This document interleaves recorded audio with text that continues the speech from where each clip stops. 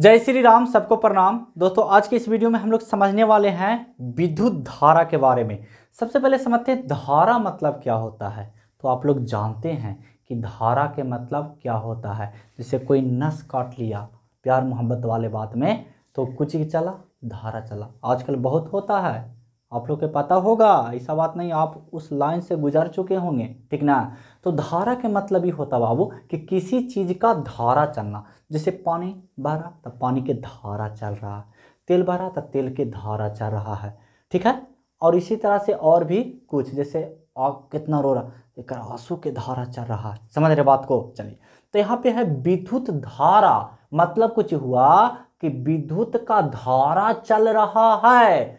अब एक बात बताइए कि विद्युत का धारा कहाँ चलेगा? तो लकड़ी में, ईटा में नहीं ना, यानी सूखल चीज में नहीं, बल्कि चालक पदार्थ में। कौन सा पदार्थ में? चालक पदार्थ में। तो चालक पदार्थ किसको बोलते हैं? जिससे विद्युत धारा एकदम पार हो जाती है, उसी को चालक पदार्थ कहते हैं। तो अभी हम लोग समझेंगे। देखो बाबू, हम एक बात बताते हैं कि जो भी हम वीडियो बनाते हैं एक छोटा छोटा वीडियो बनाएंगे, ठीक है। कारण ये है कि मेरे पास उतना साधन भी नहीं है, ठीक ना, फिलहाल के लिए। लेकिन जितना हो सके हम दम लगा देंगे आप लोग के पढ़ाने के लिए, केवल आप पढ़ने के लिए तैयार रहिए। तो चलिए समझते हैं। देखिए, विद्युत धारा की अगर परिभाषा की बात किया जाए तो एकदम सिंपल है। आवेश और समय के अनुपात को विद्युत धारा कहते हैं। या फिर आवेश में अगर हम भाग देते हैं समय से तो कौन सी निकलता है? विद्युत धारा निकलता है। समझ गए बात को। विद्युत धारा किसको बोलेंगे? आवेश और समय के अनुपात को विद्युत धारा कहते हैं।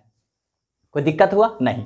अब देखिए ध्यान दीजिएगा काची बाबू कि विद्युत धारा, ध्यान दीजिए ईर एगो तार है, ठीक है। एगो ना, इसमें दूगो तार है, ठीक ना, क्योंकि विद्युत धारा एगो से भी बहता है, दूगो से बहता है। लेकिन एगो से अथी बॉल जलावेगा? नहीं जलावेगा। सिंपल है, आप लोग समझदार हैं, ऐसा थोड़ी ना है। चलिए, तो देखिए यहाँ से अगर हम यहाँ विद्युत धारा प्रवाह कर रहे हैं, ध्यान दीजिएगा, तो जानते ही कुछ ही बह रहा है, आवेश। कुछ ही बह रहा है बाबू, आवेश। तो हम बोल सकते हैं कि आवेश के जो प्रवाह होता है ना, प्रवाह मतलब जो बहता है ना, यानी आवेश बहता है, उसी को विद्युत धारा कहते हैं, उसी को विद्युत धारा कहते हैं। कोई दिक्कत हुआ? समझ में आया? आवेश के प्रवाह को विद्युत धारा कहते हैं। समझ गए बात को। चलिए, अब देखिए विद्युत धारा वाला फार्मूला होता है बाबू, यानी I बराबर आवेश बटा में समय। विद्युत धारा का फार्मूला कुछ होता है आवेश बटा में समय। कभी कभी तो दम डायरेक्ट एग्जाम में जी डायरेक्ट पूछ लेकिन विद्युत धारा यानी I बराबर ऐसे डायरेक्ट पूछ लेते हैं, डायरेक्ट क्वेश्चन। तो इससे और भी फार्मूला बनेगा। देखिए, I बराबर होता है Q बटा में T। तो हम आप लोग के बोलते हैं एक बात, ध्यान दीजिए कि Q बराबर में कौन चीज होगा? तो I गुना T नहीं होगा।